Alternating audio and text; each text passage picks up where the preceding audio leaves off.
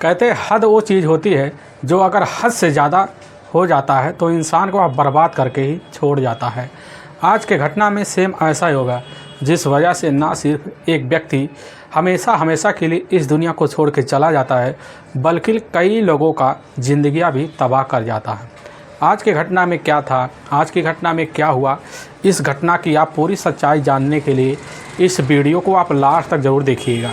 नमस्कार दोस्तों, मैं प्रदीप कुमार आपको स्टडी बात चैनल पे मैं स्वागत करता हूं। दोस्तों आज की यह जो सच्ची घटना है, यह घटना है उत्तर प्रदेश, और उत्तर प्रदेश का ज़िला पड़ता है लखीमपुर खीरी, और उसी का एक थाना लगता है तिकोनिया थाना। मैं बात कर रहा हूं 26 फरवरी 2020 का दिन होता है, तो लगभग दोपहर का 1 बजे का दिन होता है। तो उसी समय तिकोनिया थाने के इंस्पेक्टर होते हैं, वह गश्त करके मौके पर लौटे हुए कुर्सी पर बैठे हुए थे। तभी उनका घंटी बजता है और घंटी को रिसीव करते हैं, कानों में लगाते हैं तो एक औरत का काफ़ी बेतुका आवाज़ आता है, काफ़ी जो था सहमी वाली आवाज़ आता है। तो इंस्पेक्टर पूछने लग जाते हैं कि बताइए क्या बात है। वह महिला बोलने लग जाती कि साहब, हम इसी तिकोनिया थाने के कुछ ही दूरी रायपुर कलोरी के रजविंदर सिंह कौर बोल रहे हैं। और जैसे पुलिस सुनती है तो बोलने लगती है कि बताइए क्या मकसद है।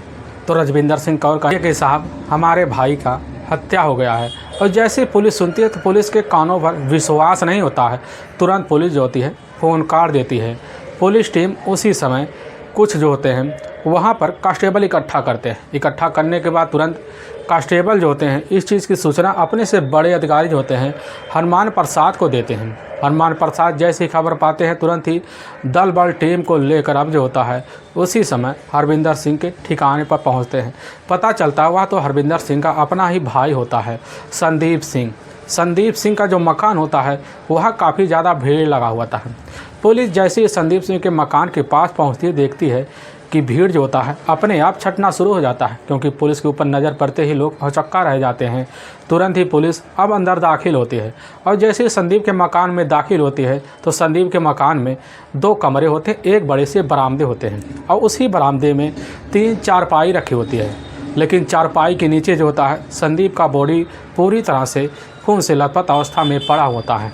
वहीं पर संदीप की अपनी बहन होती है रजविंदर कौर, दहाड़े मारकर चीख चिल्ला भी रही होती है। पुलिस वहां का नज़ारा देखकर काफ़ी सहम से जाती है, असमंजस से पड़ जाती है। पुलिस जब संदीप के बॉडी के पास पहुंचती है तो वहां पर देखती है कि उसके जो होता है सिर पर काफ़ी ज़ोरों से वार है। ऐसा लग रहा था खून ज़्यादा बह गया और इसी की वजह से संदीप की मौत हो गई है। पुलिस वहाँ लोगों से काफ़ी जो होता है पूछताछ शुरू कर देती है। काफ़ी लोग तरह तरह की बातें करते हैं, लेकिन जब पुलिस जो होता है संदीप की जो अपनी बहन होती है रजविंदर से पूछताछ शुरू कर देती है, तो रजविंदर जो होती है उसकी हालत जो होती है काफ़ी बेहतर हो चुकी होती है, क्योंकि वह उस समय बोलने की स्थिति में नहीं थी, सिर्फ हाथों से इशारा कर रही होती है। लेकिन पुलिस जो होती है संदीप के बॉडी को उठाकर तुरंत ही अपने ही नज़दीकी सरकारी अस्पताल पोस्टमार्टम के लिए भिजवा देती है। भिजवाने के बाद पुलिस की टीम रविंदर से वहीं थोड़ा बहुत जब पूछताछ करती है तो रविंदर जो होती है पुलिस के सामने एक चौंकाने वाला बात रख देती है, जिसकी वजह से पुलिस के पैरों नीचे से ज़मीन खिसक जाती है। पुलिस तुरंत रजविंदर को समझा बुझाकर अपने साथ थाने ले आती है। थाने ले आने के बाद पुलिस जब रजविंदर से दोबारा जो होता है काफ़ी जो होता है मनोवैज्ञानिक तरीके से पूछताछ शुरू कर देती है, तो रजविंदर जो होती है काफ़ी एक सहम से जाती है। सहम से आने की अवस्था में वह अपने ही भाई संदीप की एक पत्नी होती है, और वह पत्नी होती है अमनदीप कौर, जिसकी उम्र होती है मात्र 26 साल के आसपास। और रजविंदर कौर का एक अपना छोटा भाई होता है गुरदीप सिंह, जो मौके पर अपने भाई के साथ यह कांड करके मौके पर फरार थे। और जैसे ही पुलिस जो होती है अब वह रजविंदर सिंह कौर की ही तहरीर पर उस समय यह घटना सुनती है। सुनने के बाद रजविंदर सिंह के तहरीर पर ही रजविंदर की अपनी ही भाभी जो होती है अमनदीप कौर और साथ में गुरदीप के ही ऊपर उस समय हत्या का मुकदमा दर्ज कर लेते हैं। हत्या का मुकदमा दर्ज करने के बाद पुलिस की टीम अब उसी समय गुरदीप और साथ में अमनदीप कौर की उस समय तलाशी करना शुरू कर देती है। और जब करने लगती है तो पुलिस काफ़ी मशक्क़त करती है, लेकिन पुलिस के जो होता है निगरानी में वो दोनों जल्द से नहीं जड़ते। इसीलिए पुलिस कुछ खबरी लगाती है। खबरी लगाते लगाते लगभग 2 दिन का वक्त बीत जाता है, लेकिन ना अमनदीप कौर का पता चलता है और ना गुरदीप का पता चलता है। इसीलिए पुलिस अब इन दोनों की तलाशी करने तुरंत गुरदीप का मोबाइल नंबर जो होता है सर्विलांस पे लगा देते हैं, ताकि जल्द से जल्द गुरदीप और उसकी अपनी भाभी जो होती है अमनदीप कौर का तुरंत ही पता चल जाए। अब पुलिस इसी फिराक में रहती है। तभी 2 मार्च का दिन होता है, तो मुखबिरों के द्वारा पता चलता है। जो थाना प्रभारी होते हैं हनुमान प्रसाद को तुरंत ही अपने दल बल टीम को इकट्ठा करते हैं। इकट्ठा करने के बाद वह मुखबिरों के द्वारा बताए हुए ठिकाने पर, जो लखीमपुर के खीरी के ही गोला थाना पर है, उसी के कुछ दूरी पर महेशपुर इलाका पड़ता है। वहीं पर मौके पर गुरदीप और साथ में उसकी भाभी जो होती है अमनदीप, दोनों एक रिश्तेदार के यहाँ छिपे हुए थे। पुलिस जैसे ही पता पाते तुरंत ही दल बल टीम के साथ उसी समय महेशपुर जो होता है गांव में छापा मार देते हैं। जब छापा मारते हैं पुलिस के हथकंडे जो होते हैं दोनों से जल्द आ जाते हैं। जब पुलिस इन दोनों को थाने लाती है तो पुलिस को अब बिना किसी दबाव के जो होते हैं उस समय गुरदीप और साथ अमनदीप सिंह पुलिस के सामने टूट जाती हैं। लेकिन जो सच्चाई रखती है पुलिस को अपने कानों पर विश्वास भी नहीं होता है। असल में उत्तर प्रदेश का जिला पड़ता है लखीमपुर खीरी और उसी का थाना लगता है गोला और उसी का एक गांव लगता है रहरिया। वहीं के रहने वाले होते हैं सरदार बलदेव सिंह। उनकी अपनी पत्नी होती है सुरपीत कौर। उनके टोटल 2 बेटियां होती हैं और 1 बेटा होता है। बलदेव सिंह जो होते हैं उत्तर प्रदेश परिवहन निगम में मौके पर कार भी करते थे और इस वजह से उनका पारिवारिक जो खर्चा होता है पूरी तरह से चल पाता था। लेकिन बलदेव सिंह की एक जो होती है काफ़ी खूबसूरत बेटी होती है और वह होती है अमनदीप सिंह कौर, जो देखने में काफ़ी खूबसूरत भी होती है और चंचल भी होती है। लेकिन अमनदीप कौर जो होती है जैसे ही अपनी जवानी की दहलीज पर पहुंचती है उसी समय अपने नखरे दिखाना भी शुरू कर देती है, क्योंकि जिस गली से वह जींस टॉप पहन के निकलती उसी गली में लड़के जो होते हैं अमनदीप कौर पर निगाह रखना भी शुरू कर देते हैं। अमनदीप कौर को पूरा विश्वास हो जाता है कि लड़के हम पे काफ़ी ज़्यादा मर मिटते हैं। इसी वजह से अमन सिंह जो होती है उस समय लड़कों का फ़ायदा भी उठाने लगती है। काफ़ी लड़कों के साथ जो होता है मिलना जुलना व्यवहार भी बना लेती है। इसके चर्चे अमनदीप के पूरे गांव में फैल जाता है और गांव में फैलने के बाद इसकी खबर जो होता है अब जैसे ही अमनदीप की जो माँ होती है सुरपीत कौर के कान में पहुंचती है। सुरपीत कौर कानून में जैसे पहुंचती है तो अब सुरपीत कौर उसी समय काफ़ी सहम से जाती है, वन्ना से जाती है। वह सोचने लग जाती है कि गांव में जिस तरह अमनदीप कौर के बारे में चर्चे हो रहे हैं तो अगर ऐसा हो गया तो आगे क्या होगा। इसीलिए सुरपीत कौर तुरंत ही अपने पति जो होते हैं उस समय आकर बलदेव सिंह को बताते हैं। बलदेव सिंह जैसे ही सुनते हैं तुरंत ही वह अपनी बेटी का शादी कराने के लिए फैसला ले लेते हैं। सोचते हैं अगर शादी नहीं कराएंगे तो कल का हमारी बेटी कुछ ना कुछ ज़रूर कांड कर देगी। इसीलिए जो है बलदेव सिंह अपनी बेटी जो होती है अमनदीप कौर के लिए रिश्ते की तलाशी करना शुरू कर देते हैं। तलाशी करते करते उनको काफ़ी महीनों बीत जाते हैं, यहाँ तक कि 1 वर्ष बीत जाता है कि उसी उत्तर प्रदेश के लखीमपुर खीरी के ही रायपुर कोल्होरी का गाँव पड़ता है। वहीं के रहने वाले होते हैं मेहर सिंह। उनकी पत्नी होती है प्रीतम सिंह। टोटल उनके 2 बेटे होते हैं और 1 बेटी होती है। बड़ा बेटा जो होता है यह होता है संदीप सिंह और दूसरे नंबर का जो बेटा होता है वह होता है गुरदीप सिंह और जो सबसे छोटी बेटी होती है वह होती है परविंदर सिंह। तो उसी समय साल 2001 का वर्ष होता है।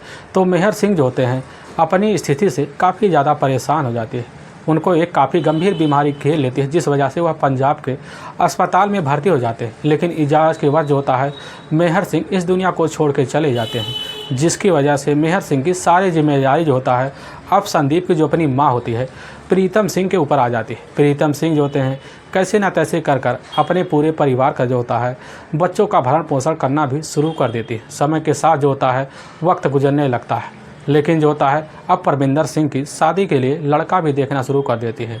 देखने के बाद साल 2001 के लास्ट महीने में जो होता है परविंदर सिंह कौर का शादी जो होता है अपने ही पास इलाके के रहने वाले एक खासे अच्छे लड़के से शादी भी कर देते। अब परविंदर कौर जाकर अपनी दुनिया बसा लेते, लेकिन उसकी जो माँ होती है अब वह अपने बच्चों को पढ़ाने के लिए काफ़ी बेहतर तरीके से जो होता है पैसे कमाना भी शुरू कर देती है और करने भी लगती है। लेकिन सबसे बड़ा जो बेटा होता है संदीप अपने परिवार का खर्चा बर्चा चलाने के लिए जो होता है जाकर आस पड़ोस मेहनत मजदूरी भी करता था, जिस वजह से थोड़ा बहुत पैसे लाता और अपने परिवार का खर्चा भी चला देता है। जब संदीप की माँ प्रीतम को लगने लगता कि हमारा बेटा जो था अब शादी के दरी पर पहुँच गया, अपने पैरों पर खड़ा हो चुका है, तभी साल 2012 में ही अपनी बेटे जो होता है संदीप के लिए लड़की की तलाशी करना शुरू कर देते हैं। तभी जैसे ही करने लगता है तो उसी समय जो होता है वह रिश्ता जो होता है अब जाकर अमनदीप कौर का आ जाता है। अमनदीप का कौर का रिश्ता आने के बाद प्रीतम जो होती है अपने बेटे संदीप और अमनदीप कौर का शादी जो होते हैं काफ़ी बेहतर तरीके से करवा देते हैं। करवाने के बाद जो होता है अमनदीप संदीप के साथ अब जैसे ही पहली रात बिताना शुरू कर देती है और सुहाग रात का दिन होता था, उसी समय अमनदीप के मुताबिक जो होता है संदीप उसके स्टेज पर खड़ा नहीं उतर पाता और इसी वजह से अमनदीप जो होता है अपने पति से वहीं चिड़चिड़ापन दिखाना शुरू कर देती है। संदीप जो होता है अपनी गलतियों का माफ़ी मांगते हुए कहने लग जाता है कि हम काफ़ी गंभीर बीमारी से जूझ रहे हैं और इस बीमारी का इलाज जल्द से जल्द कराएंगे, आके जाकर तुम्हें बहुत सारा प्यार देंगे। अमनदीप सिंह जो होती है अब उस समय संदीप की बात मान लेते हैं, लेकिन इसी बीच अमनदीप अब संदीप से काफ़ी चिड़चिड़ापन दिखाना भी शुरू कर देते हैं। लेकिन समय के हिसाब से संदीप जो होता है अपना इलाज कराना शुरू कर देता है और कराने भी लगता है, लेकिन समय बीतता चला जाता है। जैसे ही संदीप को लगने लगता है कि हमारा शरीर अब जो होता है उस स्थिति में आ गया, तो संदीप जो होता है अब अमनदीप के साथ वह संबंध बनाना शुरू कर देता है और संबंध काफ़ी बेजोड़ तरीके से बनाने भी लगता है। समय गुजरने लगता है, गुजरते गुजरते लगभग इनका ज़िंदगी का लगभग 7 साल का वक्त बीत जाता है। इसी बीच अमनदीप कौर के जो होते हैं लगभग 2 बच्चे भी होते हैं। बड़ा बेटा जिसकी उम्र लगभग 5 साल हो गया था और छोटी बेटी जिसकी उम्र 3 साल हो जाता है। लेकिन ठीक घटना से लगभग 1 साल पहले जो होता है संदीप की जो अपनी माँ होती है प्रीतम एक गंभीर बीमारी के चलतन इस दुनिया को छोड़ के चली जाती है। लेकिन प्रीतम का जो अपना छोटा बेटा होता है वह होता है गुरदीप सिंह जो होता है अब अपने बड़े भाई के साथ और अपनी भाभी के साथ जो होता है उन्हीं के मकान में रहना शुरू कर देता है और रहने के बाद जो होता है अपने भाई के साथ अपने ही खेतों में हाड़ बटाने लगता है। लेकिन जब भी संदीप खेतों में से वापिस आता तो काफ़ी ज़्यादा थका मारा आकर वह जल्द से सो जाता। अब होती है रात के वक्त जब संदीप से शरीर के लिए मांग करती तो उसी भी संदीप का जो शरीर होता है वह पूरी तरह से ढीला पड़ जाता और इसी वजह से अमनदीप काफ़ी दुखी हो जाती। दुखी होने वजह से वहीं झगड़ी तकरार करने लगती और झगड़ी तकरार का जो सिलसिला होता है अमनदीप और साथ में संदीप के बीच आए दिन चलने लगता। कभी कभी संदीप इतना खफा हो जाता कि संदीप जो होता है अपनी पत्नी अमनदीप का काफ़ी ज़ोरों से पिटाई कर देता और इतनी पिटाई करता तो काफ़ी होता परेशान हो जाती। यही सिलसिला आए दिन चलने लगता है। लेकिन तभी जो होता है अमनदीप को लगने लगता कि हमारा जो अपना देवर है असल में गुरदीप भी अब जवानी की उस दहलीज पर पहुंच गया है जो एक पति का सुख दे सकता है। इसी वजह से अब अमनदीप जो होती है मन ही मन अब जो होता है गुरदीप को भी चाहने लगती है। लेकिन गुरदीप नहीं जान पाता कि हमारी भाभी की नज़र इस समय है कहाँ। लेकिन गुरदीप जब भी खाना खाने बैठता तो उसी समय जो होता है अमनदीप सबसे ज़्यादा जो ध्यान होता है वह अपने पति के बजाय ना गुरदीप के ऊपर लगा बैठते। लेकिन गुरदीप की नज़र जैसे ही अमनदीप के ऊपर पहुंचता तो अमनदीप को देखकर गुरदीप जो होता है पूरी तरह से एकदम मोहित सा हो जाता है, क्योंकि अमनदीप देखने में भी उस समय काफ़ी खूबसूरत भी होती है, भले 2 बच्चे की माँ होती है। धीरे धीरे जो होता है अमनदीप अब गुरदीप का इतना ख्याल करना शुरू कर देती है कि अगर कहीं भर गुरदीप चला जाता तो उसका रास्ता निहारना शुरू कर देती है, अपने मन से मन चाहने भी लगती। और धीरे धीरे अब जो होता है गुरदीप भी अपनी भाभी को मन ही मन चाहने लगता है। तभी एक दिन दोपहर का टाइम होता है, उसी बीच संदीप खेत में पूरी तरह से व्यस्त होता है। तभी मौका लेकर गुरदीप जो होता है अपने भाई से अपने घर पहुंच जाता है। तभी देखता है दरवाज़ा खुला होता है और दरवाजे के अंदर जैसे ही दाखिल होता है देखता है उसकी जो अपनी भाभी है अमनदीप वह चारपाई पर लेटी हुई है और कारण जैसे पूछता कहने लग जाती है कि हम इस समय जो होता है काफ़ी परेशान चल रहे हैं। परेशानी का कारण जैसे ही गुरदीप जानना चाहता तो उसी समय उसकी भाभी खड़ी हो जाती है और कहने लग जाते हैं कि क्या तुम हमारी परेशानी दूर कर सकते हो, क्योंकि आज हमने काफ़ी चिंता में काफ़ी कुछ किया नहीं। गुरदीप के मन में एक विचलन सी हो जाती और इसी विचलन को दोबारा पूछता है तो वह कहने लग जाती कि अभी तक हमने स्नान नहीं किया है। काफ़ी मनाता रहता है। तभी जो होती है अमनदीप उसकी बात मान लेती है और नहाने के लिए चली जाती है और जैसे जाते तो पीछे से गुरदीप घुस जाता है। घुसने के बाद अमनदीप जो होता है अब गुरदीप की बात को पकड़ लेती, दिमाग को पकड़ते ही तुरंत ही उसको अपने उसी समय अपनी हिरासत में लेकर अपने बेडरूम में ले जाते हैं और अमनदीप गुरदीप दोनों जाकर वहीं बेडरूम में संबंध बना देते हैं। और संबंध का जो होता है गुरदीप सिंह जो होता है अमनदीप कौर को इतना सुख देता है जिसकी वजह से अमनदीप कौर उस समय अपनी पति को सुख को भूल जाती है। भूल जाने के बाद अपने पति का प्यार को छोड़कर अब गुरदीप का प्यार हर रोज़ पाने के लिए बेबस सा रहने लगती है। और यही सिलसिला अब जो होता है गुरदीप अपनी भाभी अमनदीप कौर को देने लगता है। अब यही सिलसिला चलने भी लगता, वक्त गुजरने लगता है। लेकिन इसी बीच अब जो होती है अपने पति से अमनदीप कौर संदीप कौर से काफ़ी झगड़े तकरार करती। कभी कभी अमनदीप कौर भी संदीप के ऊपर हाथ उठा देते और जिस वजह से बच्चों के बीच में भी पिटाई शुरू कर देते और यही सिलसिला चलने लगता है।